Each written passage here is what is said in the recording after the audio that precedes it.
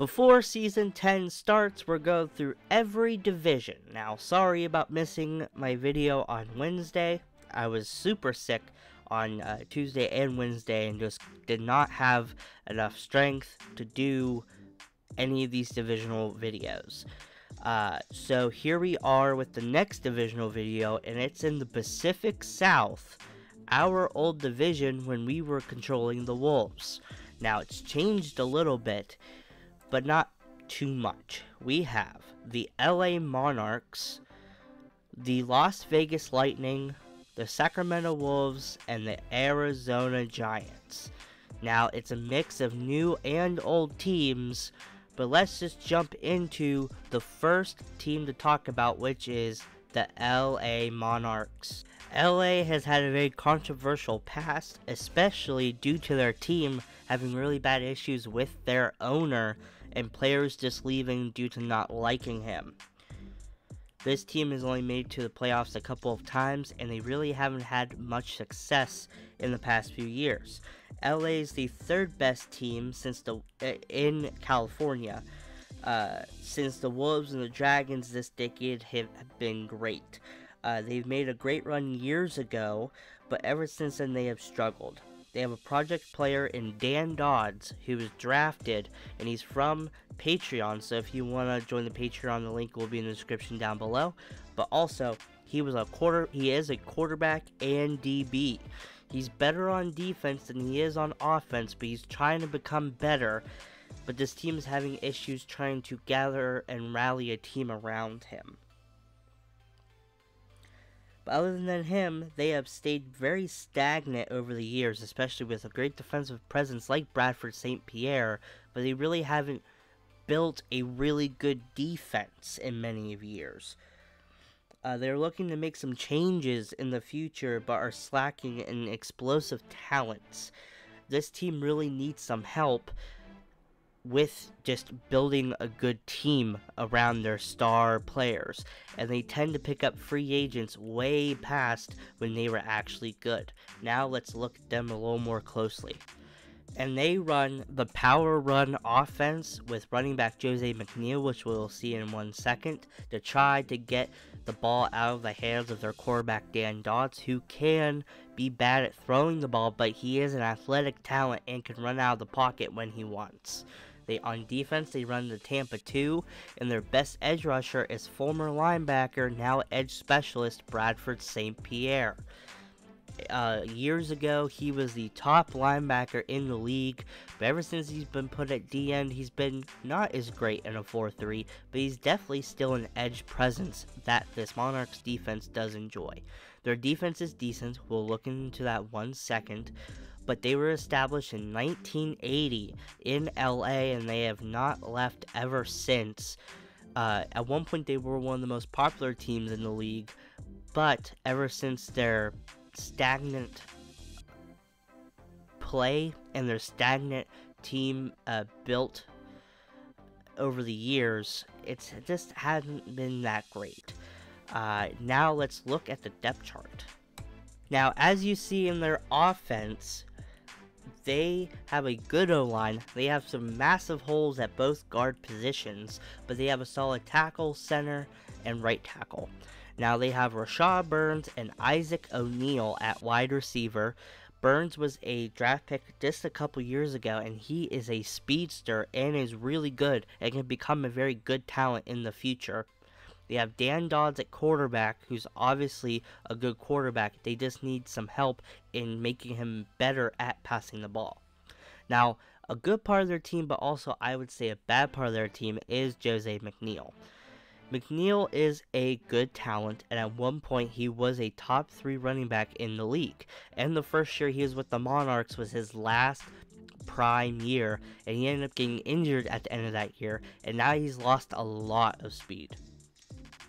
Now, that isn't that big of an issue since he is a power back, but it's hard for him to keep his momentum going after that first tackle that usually he is hit with. And in the past, he was really good at being agile and a power back. So he's lost half his game, and so he's really just a slow, powerful runner, but that does not help this team when they do need help.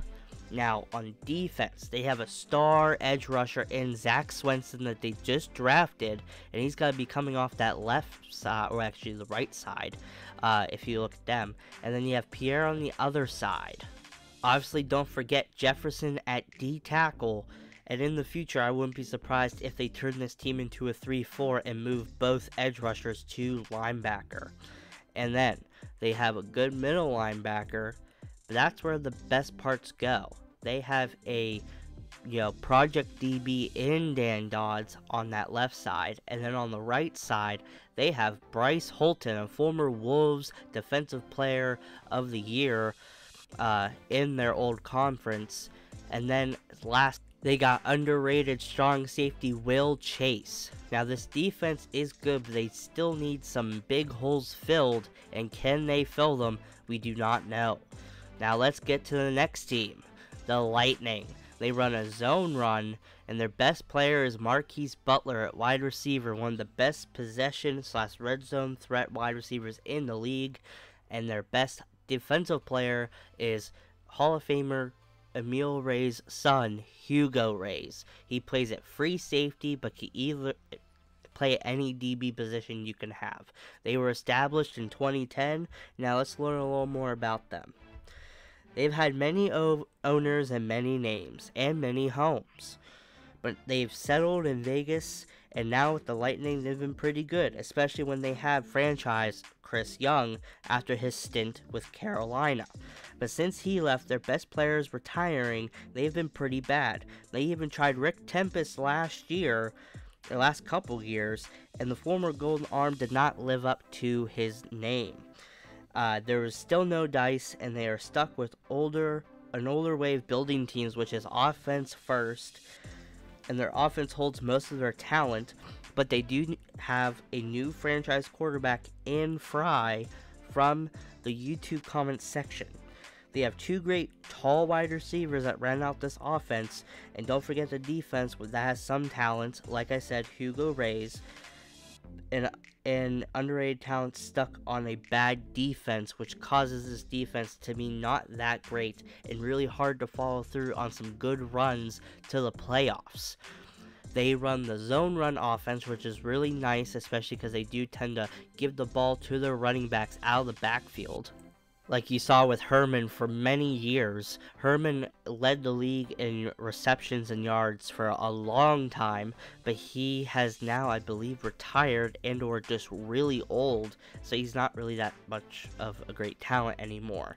And then on defense, they run a hybrid defense like the Dragons run, where they blitz a lot from the 4-3. And now let's look at the Lightning, and as they have Adam Noble and Butler both at receivers. They're both really tall at 6'5". Butler is bigger though, and he is awesome, and I wouldn't be surprised if he is a bigger talent in the near future. Herman has not retired just yet. He's almost a backup quality running back though. He's still good at catching out of the backfield, but he's not great. Ernest at tackle hasn't been as great as he was in the past, but he's still a solid left tackle, and they have a solid guard and center. And then that really sets up Fry to have a really good blocking for him, and to try to throw deep to Butler and Noble like he should. Tempest did show off that he could throw deep to these good wide receivers, and I wouldn't be surprised if that can continue with Fry and his amazing arm.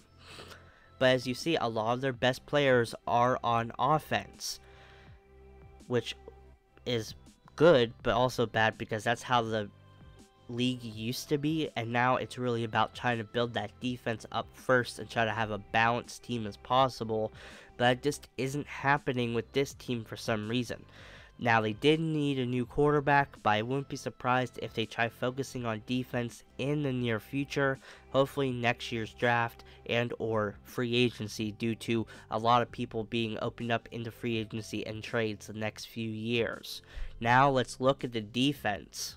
Now, on defense, they have some underrated talents, like I said before, like linebacker Novak, and the other linebacker as well. They have a good middle linebacker. They have Oaks and Strand off the edge. Don't forget about Claypool at defensive back and strong safety Byram as well. But the problem is their defense just has too many holes and just can't stop the run or really protect against the pass or even get much pass rush. So even though you have an all-pro free safety, a good strong safety, an all-pro middle linebacker, and decent pass rushers, you're not going to get a lot of big stops, which means your offense really has to show up.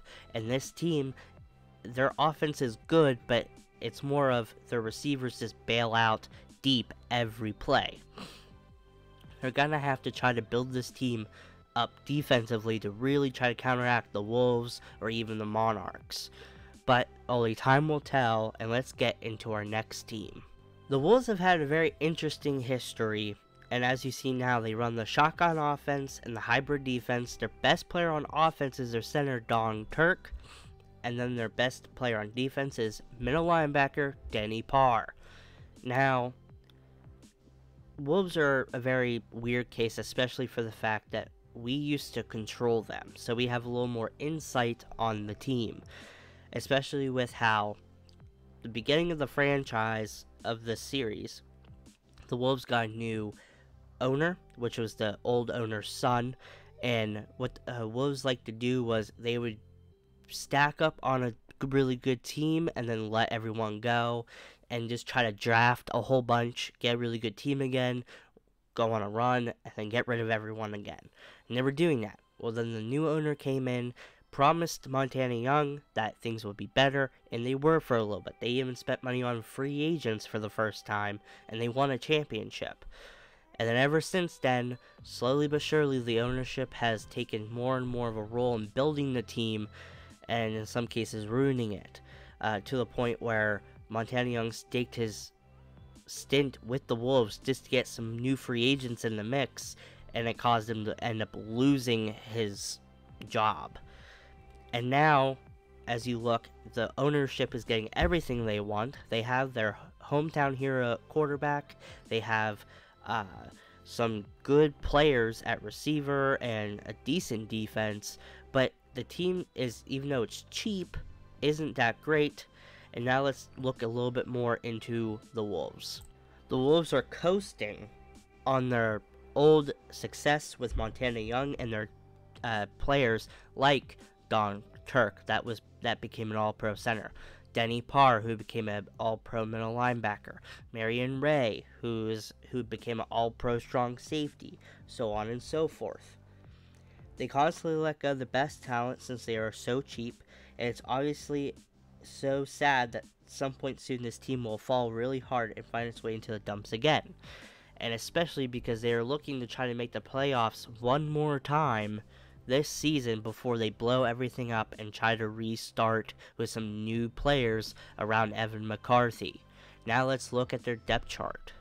The best O-lineman is obviously Turk. He's the best player on their offense, and they have a good tackle in Cousins, who was drafted years ago, but never really, he was the last offensive tackle, or offensive line player, I should say, taken for the Wolves. They have a great receiving core in Clintrix King, Smith, Teddy Moon, and Eric Trout. Smith is a tall, and he can go up and get some really good balls. He's an underrated route runner. And then Clintrix King, he's an amazing route runner. Maybe a little overrated, but he is awesome at that left side. Don't forget Trout in the slot, or even Teddy Moon, even at his advanced age. An older Stan Main, who's good at tight end. They have running back Mike Clark, who they have kept over the years. And don't forget backup quarterback Jonathan O'Connell. He came in Season 5 as an undrafted free agent. He's bounced around the league ever since, and he's wound back up with the Wolves, which is very interesting. But McCarthy is getting the start, and he is showing some progress in the offseason, and he's showing that he could be a better quarterback. Now, his problem is he needs his accuracy to be better and make a lot better decisions. And honestly, if he was paired with Montana Young in the Dragons, he probably would be a great quarterback. Now we look at their defense. It's fallen from grace a little bit. with some underrated D linemen still, like the D tackles at Montana and Grew, but they're getting older. You have Tuller, who's been there for 10 plus years, who's finally getting a chance, and he's becoming good. You have Denny Parr and the linebackers that were traded for about 6 or 7 years ago. They need a change. You have Marion Ray, who's wasting away at strong safety. You have a good free safety that they picked up. And then they have Rainey, who's been there for 10 plus years, now finally starting. And don't forget, All-Pro CB Andrew Zempel from the Discord. Now, all of this shows that the Wolves need some help, and I think that's what they're going to probably do, is if they have a bad season, they're probably going to restart, and honestly, to rebuild sooner rather than later is probably a better choice for this Wolves team. Now, if they have a good season, I think that might be the worst case scenario, because they're basing it on luck, because the Monarchs going to need a change. You know, the Giants are probably going to get better, the Lightning are going to get better, so if they do well this season, that might be really bad for their future, but we're just going to have to see how they do in Season 10 of the series. Now let's look at the Giants. The Giants are in the middle of turning from Arizona moving to Texas, so this will be their last year in Arizona. They run the zone offense, so they try to throw to their running back, which is good, and try to run the running back a lot, and they run the 3-4 defense. Their best player on offense is Audric Normandy at tackle, and their best player on defense is Jeffrey Byram, who after years of being not that great and fighting injuries, he's finally getting good. But now let's look more into the Giants. In the midst of this ownership battle and the possible move to Texas, they have struggled. Their QB is busting due to some off-the-field issues, and we'll look into him here shortly. The only three bright spots on the team are running back Adrian Jackson, who's an amazing power back. He lacks elite speed, but he can still outrun people. He can juke people out, and he has good ball carrier vision, but his strength is what he's known for the most. He's almost impossible to tackle. Wide receiver Casey Griffin, he can secretly be the best route runner in the league and make some amazing catches. And finally, Jeffrey Byram on defense, who's finally getting his consistency problems together and maybe trying to make a run at one of the best DBs in the league. But what he's getting known for is not even just the way he's playing, but his big mouth is really starting to get him a big name in this league. They lack a lot of talent compared to the rest of the league, and needing to make sure not to lose the talent they do have, which is scary, especially due to the fact they are moving. And after that move, with the new ownership, they might be losing some key players that they have right now. And now let's look at their depth chart. Like I said, their best player on offense is Audric Normandy, and don't forget their new center in Bobbitt, who's a good center and a good run blocker. They got Carnitas on that left side, who's been there for 10 plus years, and then on the right side you have Casey Griffin, who's a special wide receiver talent, who's really young, and he could be the next Josh Capers for the middle, where he just comes in, he plays for 10, possibly 20 years, and is solid throughout.